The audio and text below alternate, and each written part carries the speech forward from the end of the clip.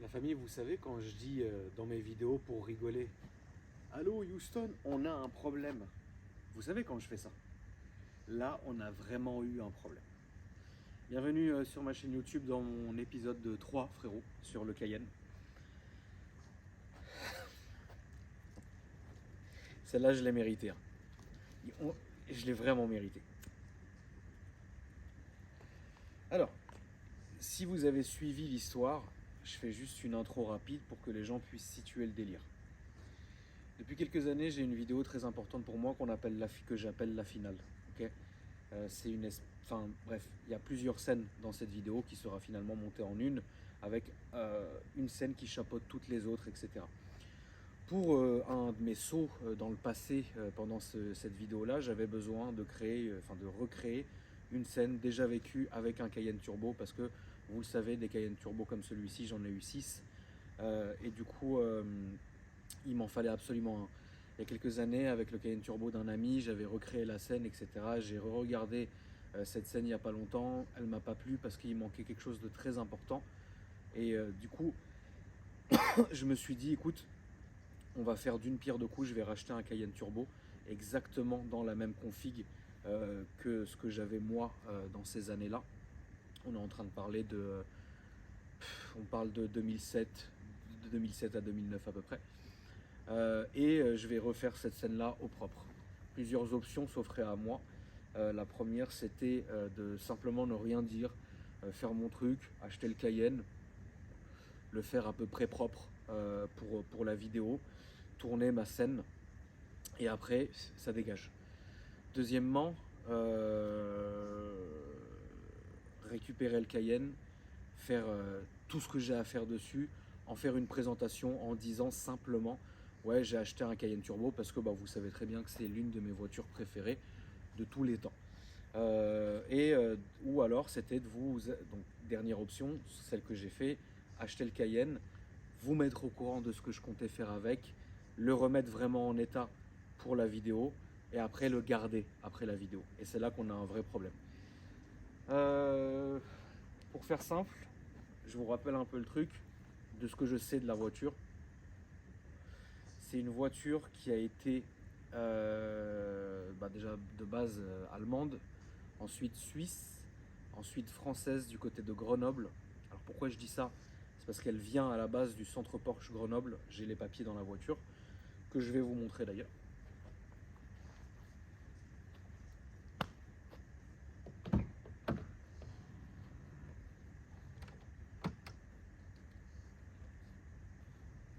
Rapidement, hein, je vous montre pas. C'est important, ça c'est vraiment. Alors c'est très important d'avoir ça. Genre le carnet complet. Ça c'est vraiment très important. Mais je vais essayer de faire rapide parce qu'il y a beaucoup de choses à dire dans cette vidéo.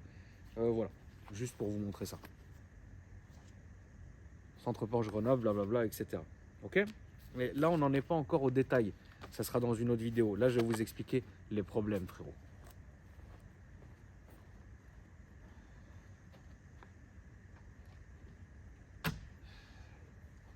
Ensuite, de Grenoble, la voiture a fait sa vie. Ensuite, elle a atterri dans un site d'enchères, comme ça arrive très souvent. Ensuite, elle a atterri chez moi. Chez un garage, et après chez moi. Malgré tout ce que j'ai fait comme recherche dessus, pour moi, je savais simplement qu'il y avait eu 2-3, comme regardez l'épisode 2, qu'il y avait eu certaines choses qui avaient été faites sur la voiture, mais sans savoir vraiment quoi. C'est pour ça que dans l'épisode 2, je vous avais dit que le 28 septembre, donc là, allait être prévu un gros rendez-vous chez Porsche pour un check-up complet, vidange, etc. Machin. On n'est pas encore dans la vidéo où on va parler vraiment de la maladie du Cayenne. Ça, vous le verrez bientôt, je vous réserve un épisode, vous allez câbler, parce que justement, il y aura sûrement un guest ou pas. On verra bien comment ça se profile, mais techniquement, il y aura un guest. Je vais vous expliquer pourquoi. Grâce à vous, vous avez réussi à remonter le nouveau propriétaire. On le rappelle, là vous ne le verrez pas, mais ici est encore l'Instagram de l'ancien propriétaire. J'ai pris contact avec lui cet après-midi. Je suis vraiment tombé sur quelqu'un de bien. Ça veut dire Cédric, merci à toi frérot. J'ai parlé avec lui sur Insta pendant à peu près tout au long de la journée jusqu'à tard le soir. Là maintenant au moment où je fais cette vidéo, il est 4 h du matin. Et on a arrêté de se parler il y a 2-3 heures à peu près. Vraiment, moi demain, je te dis la vérité, moi demain, une voiture m'est appartenue il y a quoi, il y a 2 ans, il y a 3 ans, il y a 1 an, ce que tu veux. De un, c'est plus mon problème. De deux, frérot, si j'ai pas envie, je vais pas parler avec toi. Tu vois ce que je veux dire? Lui, c'est un bon gars. Ça veut dire que... et c'est là, en fait, que ça me fait chier. En fait, vous allez comprendre pourquoi je vous explique. Ça me fait chier vraiment, en fait. Si la voiture était une poubelle, ça arrive, frère. Ça arrive. Les voitures peuvent être poubelles. Si c'était une poubelle, franchement, la vérité, je me serais même pas cassé les couilles. Je l'aurais mis chez Porsche. Faites ce qu'il y a à faire dessus. La voiture, je sais que je vais la garder. Vas-y, marliche. Tu vois ce que je veux dire? C'est même pas une question d'argent. J'ai refusé de faire des travaux de quelques milliers d'euros sur certaines voitures qui coûtaient 10 fois plus cher ou 12 fois plus cher que cette voiture-ci. Mais ça m'a saoulé de les faire. Parce que c'était pas symbolique, j'avais pas l'attache avec la voiture. Le Cayenne Turbo, j'ai l'attache. Donc grâce à Dieu, j'ai pu parler avec Cédric. Et là, en fait, pourquoi je me dis que je vais vous dire que ça m'a fait chier?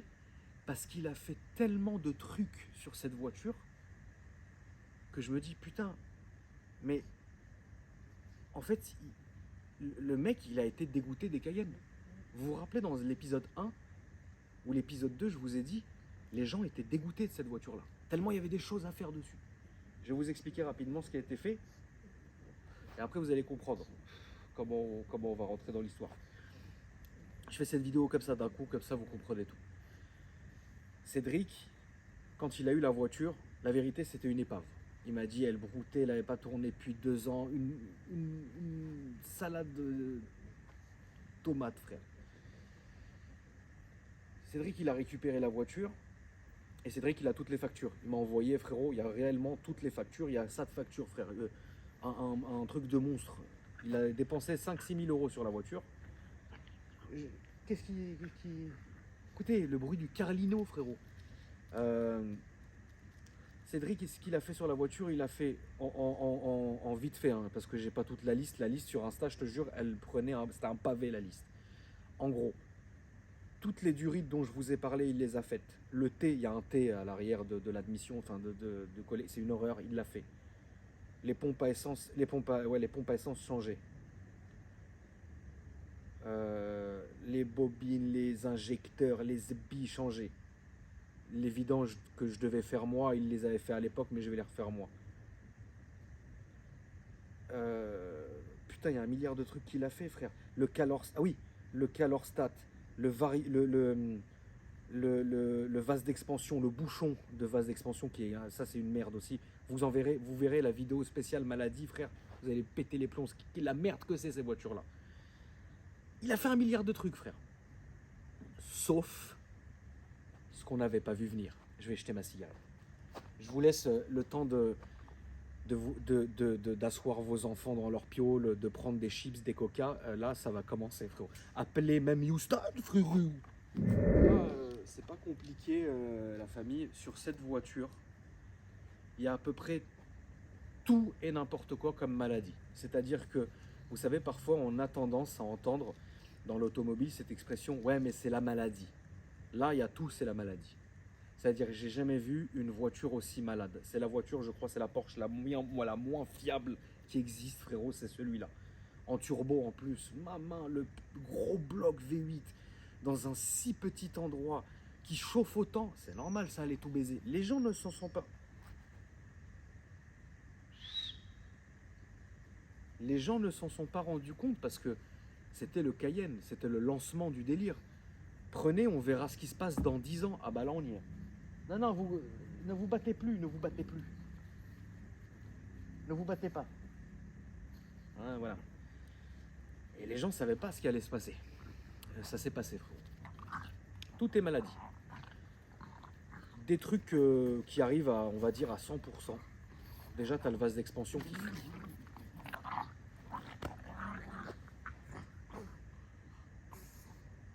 Enfin, à un moment donné, frérot, prends un petit Lexomil. Ah, mon chat douce. Ça va, babette. Ah, babette. Ça va, papette? Ton petit collier, papette. Les trucs archi connus, je vais pas tous les citer parce que ça sert à rien. Il y en aurait trop, puis on n'est pas là-dedans. En gros, hein, les vases d'expansion, le vase d'expansion qui pète, ou alors à cause du. Viens, tu veux sauter, vas-y, fais-le. Voilà, c'est bon. Depuis tout à l'heure, il était comme ça, il n'arrivait pas à sauter. Putain. Arrêtez.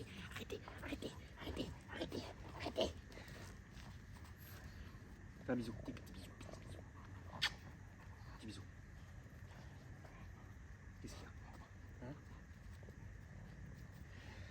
a, hein? Le vase d'expansion qui pète, qui fuit aussi. Qu'est-ce qu'il y a d'autre comme merde? Tous les durites qui pètent comme du verre. Qu'est-ce qu'on a d'autre comme merde? Les pompes à carburant qui pètent aussi. Tout est de la merde. Mais il y a un truc qui arrive jamais, presque jamais, c'est le joint de culasse. Ça n'arrive jamais. Enfin, ça arrive rarement. Pour vous dire à quel point ça n'arrive jamais, si vous appelez Porsche aujourd'hui, bonjour, j'ai un Cayenne Turbo 955. Combien ça coûte de refaire de changer le joint de culasse? Il y en a deux. Et ils ne peuvent pas te dire lequel est pas bien. Enfin, ils peuvent te dire, mais mieux vaut changer les deux à ce prix-là, frérot. Eux ne sont pas capables de te donner un devis. Ils le font presque jamais. Comment on en est arrivé à là? Déjà, c'est une erreur de ma part. Je l'admets. Je connais pratiquement tous les points à contrôler sur le Cayenne. Et ça sera l'objet d'une autre vidéo. Mais ça, je ne l'ai pas regardé. J'ai pas été fichu d'ouvrir simplement le vase d'expansion et de regarder dedans, en fait, la couleur, etc. Qu'on soit clair, là, on est vraiment pas dans un truc dramatique. Et si ça se trouve, c'est même pas ça. Je vais vous expliquer le cheminement, d'accord? La voiture, sans rien de mécanique, c'est-à-dire dans cet état-là, comme elle est là dernièrement aujourd'hui, on en est où? On en est que toute la carrosserie est faite. Si vous voyez qu'il manque les caches moyeux, c'est simplement que je les récupère demain à Porsche Vélizy parce qu'on a commandé les mauvais, évidemment. Du coup, je vais les récupérer demain. Sinon, la voiture, extérieurement, elle est nickel. La carrosserie est nickel. Ça, il n'y a plus de problème. Il manquera juste esthétiquement. Mais ça, vous la découvrirez à la présentation finale de la voiture. Simplement les vitres teintées. Et c'est tout, frère, c'est tout. Juste vitre teintée comme elle était dans ma configuration, c'est-à-dire vitre teintée à mort partout. J'ai changé le pare-brise aujourd'hui parce qu'il était fissuré. Kevin a fait la carrosserie, donc ça c'est fait. Il manque simplement un gros nettoyage intérieur qu'on fera à un moment donné quand ça sera la partie de Mika, etc. Tout viendra, vous inquiétez, j'ai tout dans la tête, tout va venir au moment. Mais la voiture, moi, elle est comme je l'ai récupérée telle qu'elle. Franchement, je vous jure que c'est vrai, je vous jure que c'est vrai. Si j'étais pas un malade mental à ce point-là, j'aurais pas flairé le truc. Je vous jure que la voiture, tu la prends maintenant, tu roules avec, il y a zéro problème. Elle a toute sa puissance. Elle marche même mieux qu'elle devrait marcher. Parce que ça, attention, et la vérité, là vous n'allez pas me croire ce que je vais vous dire, mais seuls les propriétaires des Cayenne Turbo de ces générations, ils vont confirmer ce que je dis. Il y a des jours où la voiture, elle marche bien, il y a des jours où la voiture, c'est un veau, tu ne comprends pas pourquoi. C'est-à-dire, le lundi, tu la roules, appel à la pêche, pop, pop, pop, pop. Le mardi, je te jure, c'est vrai. Bon, bref. Elle a la patate, elle marche et tout, machin. Pas de bruit bizarre, pas de claquement, une horloge, le machin. Tu fais tenir une pièce sur le moteur, elle est comme ça, la voiture. Parfaite. Maintenant, le Cayenne est réputé pour deux choses qui sont chiantes. La chaleur. C'est-à-dire que quand tu es au feu rouge, en hiver, carrément, ça fume. Le capot, il fume comme ça. Et en été, ça revient surtout à la chaleur du moteur. Ça, c'est typique. Ça, c'est normal, il n'y a pas de problème. Et une petite odeur de liquide de refroidissement qui est quasi permanent. Parce que bien souvent, là-dessus, on va se tromper au niveau des gens qui vont faire l'appoint de liquide de refroidissement. Et quand tu commences à arriver à cette époque-là, où il faut changer absolument le vase d'expansion et le bouchon, et ben en fait la voiture elle va pisser mais légèrement. par le trop-plein. Et ça, tu vas le sentir. C'est comme ça qu'on arrivait à un moment donné, nous, à savoir, quand il fallait changer cette pièce-là, parce que ça commence à trop sentir. Et tu commençais à faire l'appoint, frérot, des 1 litre et des billes toutes les morts d'évêque. Tu vois ce que je veux dire? Donc, en vrai, on connaît ça. Mais moi, tout à l'heure, je suis en train de regarder la voiture, je la regarde comme ça. Et j'ouvre le capot et je me rends compte de plusieurs choses. Je me rends compte que, pas très grave, c'est de la merde, le bouchon de réservoir de lave-glace, il est cassé. Donc je commence à me dire, Zab, il faut que je commande ça. C'est rien, frérot, c'est rien, je sais même pas combien ça coûte, mais ça doit être dérisoire, frère. Et là, un moment, putain, je me dis, putain, c'est putain de mauvaise odeur là. Tu sais, ça m'a rappelé ces époques-là. Parce que attention combien j'en ai eu des problèmes avec les Cayennes, moi. Je sens l'odeur comme ça, je fais, ah, merde. Et pourtant, zéro fumée, zéro fumée, zéro tremblement, rien. Ah, je dis, allez, je fais ma vie, je fais mon tour, ci, ça et tout. J'arrive ici à la maison, à l'endroit où je vous parle, frère. À l'endroit où je vous parle, avant de rentrer à la maison, je fais, attends, je vais la laisser reposer un peu et je vais revenir après. Je dîne, je ressors, j'ouvre le truc. Frérot, regarde, putain l'huile. À ne pas confondre avec les gaz d'échappement. Là, c'était vraiment l'huile. Tu vois. Je prends mon flash, j'allume. Je vois, frérot, on n'est pas à la mayonnaise. On n'est pas à quelque chose de dégueulasse, mais on n'est pas sur de la cristalline, frère. Ça, c'est sûr, on n'y est pas dessus. Je parle avec le frangin Cédric. Il me confirme de lui-même en me disant, voilà, et je lui envoie un message, je lui dis, frérot, qu'est-ce qui me reste, à ton avis, à refaire sur cette voiture? Il me dit, franchement, si tu veux aller jusqu'au bout des choses, il faut faire ça, il faut faire ci en prévisionnel, il faut faire ça, il faut faire ça. Je dis, bon, maintenant, je sais ce qu'il faut faire dans la voiture. Pourquoi tout à l'heure, pour finir l'histoire de Cédric, pourquoi je vous ai dit que ça m'a fait chier? Parce que Cédric, c'est quelqu'un qui, à mon avis, a acheté la voiture parce qu'il l'a trouvée belle, parce que c'est vrai que c'est une belle voiture, parce que c'est puissant, parce que c'est incroyable, etc. Cédric a commencé à avoir les problèmes et il aimait cette voiture. C'est ce qu'il m'a dit, tu vois. Frérot, à quel moment tu fais tout ça sur la voiture? Ça l'a dégoûté à la fin, il n'en pouvait plus. Il m'a dit, la voiture que j'ai vendue, j'en avais marre, frère. Tous les jours ça, tous les jours ci. Et il a raison. Quand vous achetez cette voiture-là, attendez-vous à ça.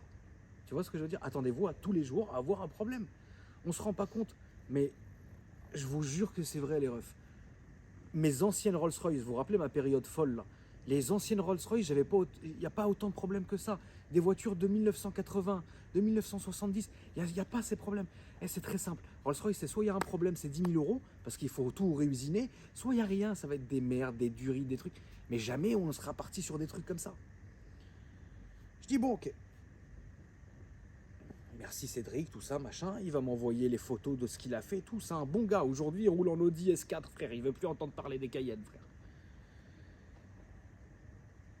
Je serais amené un jour, j'aimerais bien rencontrer Cédric et vous faire une vidéo avec lui qui vous raconte toutes les merdes qu'il a fait. Parce que attention, lui, frérot, tu vois, il m'a envoyé les photos. Mais frérot, tu pètes un câble ce qu'il a fait de ses mains. Le mec, il y a des durites partout, et des ci, et des ça. Il a tout enlevé. Il a fait. En plus, le truc, c'est que ce qu'il a pu faire de ses mains, ce qui est une bonne chose, il l'a fait. Ce qu'il n'y avait pas, il l'a fait travailler un frangin, un garage de Lyon qui est réputé spécialiste Porsche, très très bon. Et voilà, il faut faire ce putain de... Il faut, à mon avis... En fait, il y a deux écoles, d'accord? Je vais vous expliquer pourquoi. Là, on a terminé avec Cédric Lefrangin, t'es un bon frérot. Merci pour toutes ces explications. Maintenant, il y a un frangin, un autre, GLB, frérot.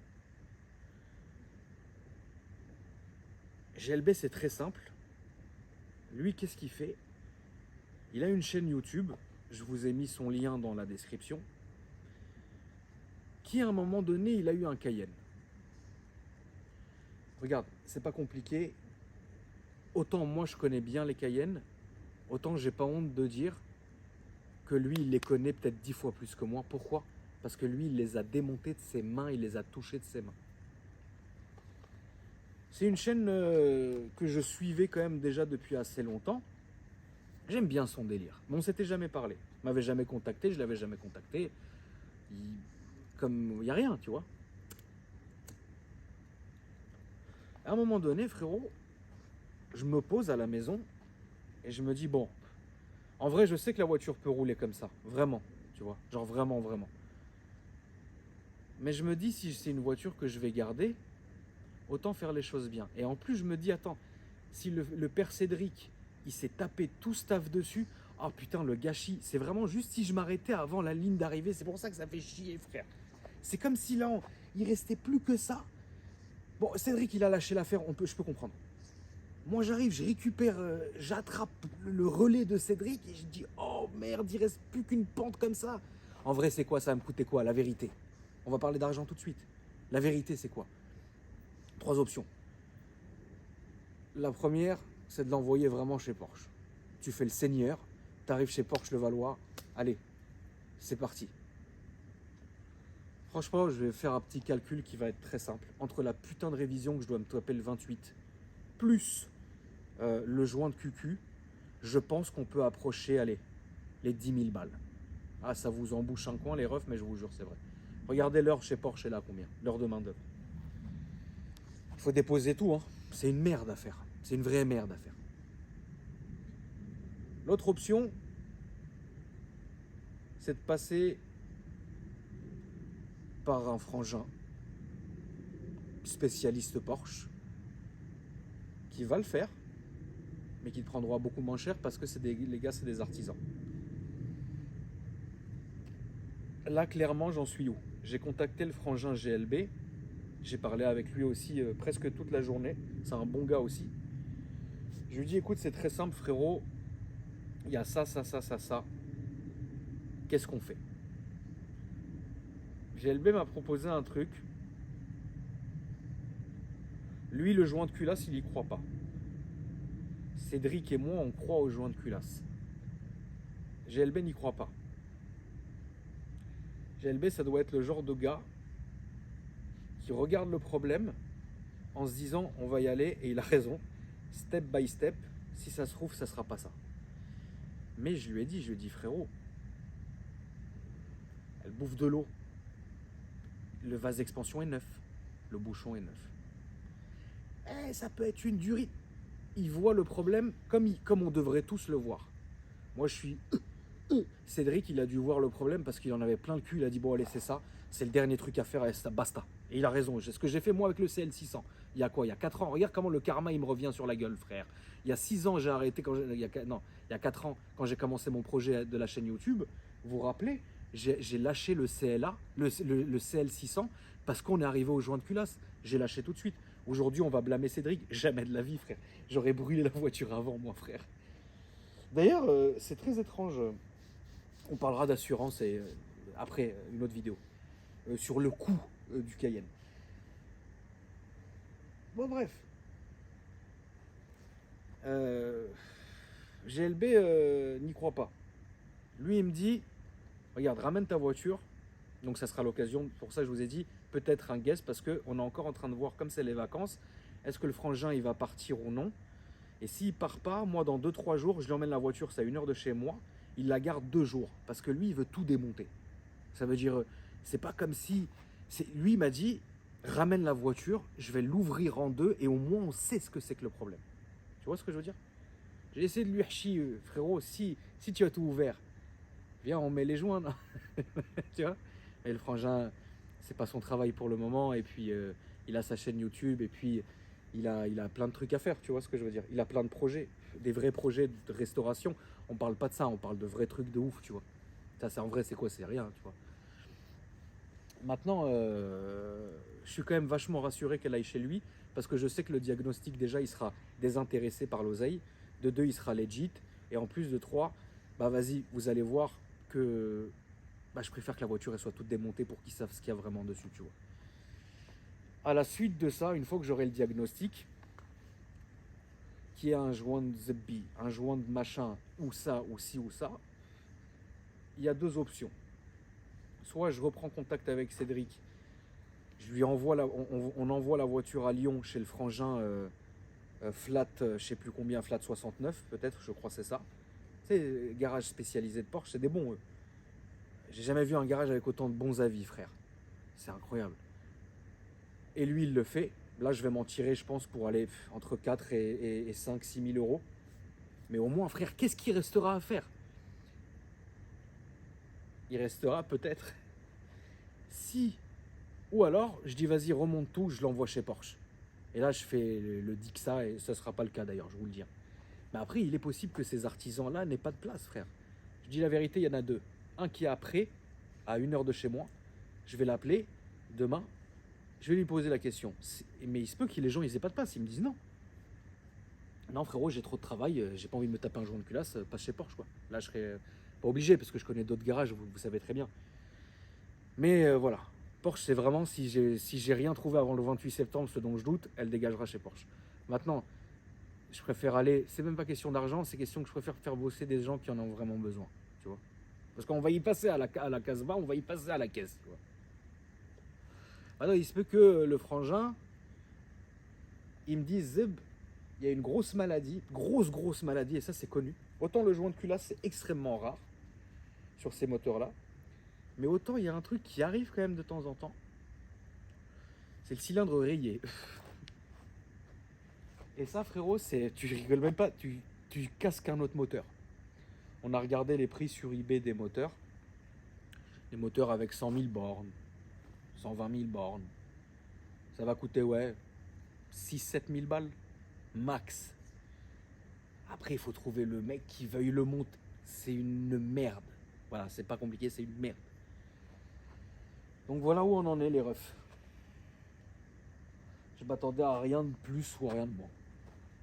On en est à ce que je suis dégoûté aujourd'hui. Je suis dégoûté parce que si j'étais parti dans l'esprit d'acheter une épave, il y en a à mort partout à vendre des épaves de Cayenne Turbo.